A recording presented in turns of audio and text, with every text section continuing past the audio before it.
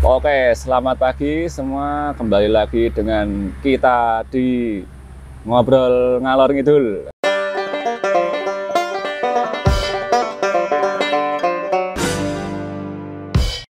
Pagi hari ini kita kedatangan narasumber yang sangat menarik karena kisahnya yang sangat membuat kita menjadi inspirasi.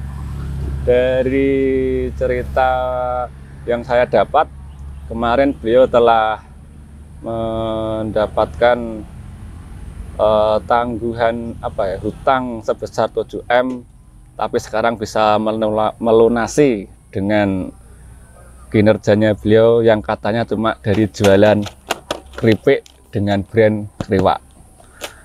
Untuk narasumbernya, langsung saja kita tanya-tanya kepada beliaunya. Selamat pagi Pak Evan. Oh, selamat pagi, semangat pagi. Wes luar biasa. Bekerja keras. Bekerja keras kita ya, terus ya. Siap. Pak Evan ini kira-kira asalnya dari mana ini Pak? Dari lahir di mana kok bisa sampai seperti ini ya? Saya lahir dari mungkin kota yang kecil ya, di Blora. Oh, Blora. Berarti malah bukan dari sekitaran Salatiga sini? Bukan. Dari Blora, dari pelosok, dilahirkan dari keluarga yang sangat sederhana sekali. Kebetulan orang tua saya, bapak sebagai PNS, ibu juga sebagai PNS, jadi tidak ada keturunan seorang pengusaha. Betul sekali. Tapi ternyata kok sekarang Pak Evan ini katanya basicnya sekarang emang jadi guru. Betul sekali. Kok bisa merambah dari seorang guru yang notabene itu sibuk dari pagi sampai sore, bisa sambil mengurus usaha ini, terus bagaimana awal kisah Pak Evan merintis, atau mungkin pertama dari mana dulu langkah yang Pak Evan ambil, atau dari mana pemasaran? Ya, berarti ini menguak kisah hidup ya, perjalanan kenapa kok muncul nama brand-brand Kriwak ini. Ada Cumi, ada Rajungan. Ini sebenarnya kalau diceritakan panjang sekali. Mungkin satu hari nggak cukup ya, karena kisah hidup saya itu kalau dipikir itu sangat memprihatinkan ya. Cuma saya bersyukur sekali saat ini sudah di posisi seperti ini. Mungkin saya awal akan bercerita. Maaf, kisah. Sebetulnya saya potong. Ya.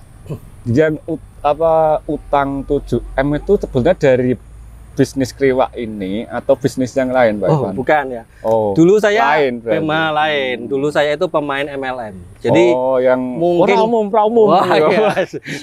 Hampir semua MLM saya ikut ya. Dari Tiansi saya ikut, dari Voucher Key saya ikut ya. Dari Oxy air minum saya ikut. Terus yang terakhir itu di MMM. Bukan.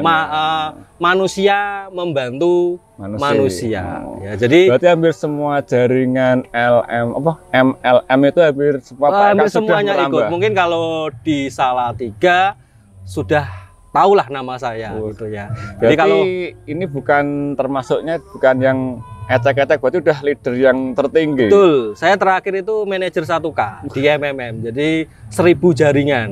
Nah, itu sedikit cerita ini ya. Kisah kelam. Kisah kelam. Ini dari multi level dulu. Jadi memang ada beberapa tahapan bisnis yang saya lakukan. Tetapi yang paling menghasilkan pada saat itu saya menjalani yang terakhir itu, kalau saya cerita dari Tiansi, Voucher Key, terus Oxy, nanti waktunya akan habis. Yang terakhir ya, saya itu sempat menduduki sebagai manajer 1K di MMM. Mungkin kalau orang Salatiga sudah tahulah nama saya. Jadi sampingan saya itu selama jadi guru ya, di luar itu setiap hari briefing orang untuk gabung di MLM. Karena pada saat itu bonusnya sangat menggiurkan, yaitu sekitar 30% per orang. Jadi gini, kalau masnya ini misalkan menanam modal 10 juta, satu bulan dapat 3 juta. Wah, OKB baru. Nah, dapat 3 juta. Itu dari hanya pemain saja ya. Tapi Iya. kalau sudah manajer 1K, itu sudah seperti tusuk sate. Wow. Bonus setiap hari itu ketika dia Profit daftar, tiap hari ya. masuk ke saya. Jadi 1 minggu itu saya dapat sekitar 100 juta sampai 50 juta dari bersih gitu. bersih itu.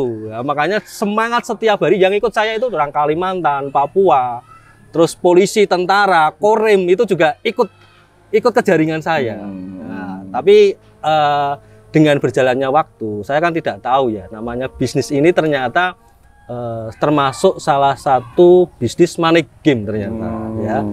Terus bisnis ini berjalan sekitar 2 tahun. Sempat ya dapat rumah 4, ya mobil itu ya setiap hari ganti gitu ya. Liburan tiap hari. Ganti. Tapi faktanya, realitanya itu scam. Scam. Padahal jaringan saya itu sekitar 1000 jaringan. Sebenarnya kalau kita berbicara bisnis MLM ya, itu kalau diusut secara hukum ya, itu memang tidak bisa. Ya, tetapi saya beban moral gitu ya. Beban moral, akhirnya rumah itu saya jual semua. 4 rumah saya jual semua. Mobil saya jual semua. Masih sekitar kalau tidak salah itu 1 M-an lah gitu ya. 1 M-an. Saat itu posisi terendah lah ya dalam hidup saya. Ya mau bisnis apapun setiap hari itu ditagih orang ya. Namanya Teror kita ya, diteror. Jadi intinya posisi saat itu buat makan itu sudah syukurlah, puji syukur.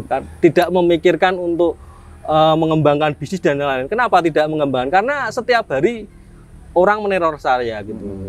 Bagaimana cara uang itu kembali gitu. Saya mau iklan di Facebook aja untuk jualan, orang sudah meneror ya. Jadi karena posisi memang sangat-sangat terendah sekali dan akhirnya saat itu belum ke sini ya saya ya. So, karena ide kreatif ya mungkin ya. Saya mulai bisnis bakso. Oh, jualan bakso. Jualan bakso.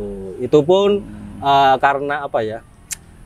Keterpaksaan. Dulu memang tidak ada modal, saya modal pinjam ke orang tua saat itu untuk mengembangkan bakso dari 25 juta lah ya. Mungkin kalau kamu buka di YouTube saya itu ada dulu bakso barokah. Itu saya di Salatiga itu sempat ada sekitar 7 cabang. Itu langsung 7 cabang secara itu pertama atau... 1 dulu. Itu 1 yang ada di depan depo pasir ya, Tegalrejo. Itu kalau kamu di Masjid Supi itu naik sedikit, nah itu ada depo pasir, itu saya dulu hidup di situ. Itu namanya bakso barokah. Dari situ 25 juta kok ternyata rame ya, peminatnya banyak lah gitu ya. Karena saya mencoba berbagai macam varian-varian bakso. Akhirnya dari situ sampai punya 7 cabang. Nah, berarti saya cuma di situ memang capek sekali ya, karena apa? Bangun harus jam 3, belanja ke pasar ya, belanja daging, belanja sayuran, ya sampai jam 5 nanti masih melototi sendiri ya, karena karyawan baru sekitar 2 lah, belum banyak, melototi sendiri, masih nanti jam 7 harus berangkat kerja lagi. Jadi setiap hari seperti itu terus, akhirnya nambah karyawan, akhirnya memiliki sekitar 7 cabang ya. Itu ada di perumahan PNS juga itu, yang daerah Tegalrejo, terus di Tingkir juga itu ada, di Jalan Veteran itu juga ada. Ada sekitar 20 karyawan dulu itu.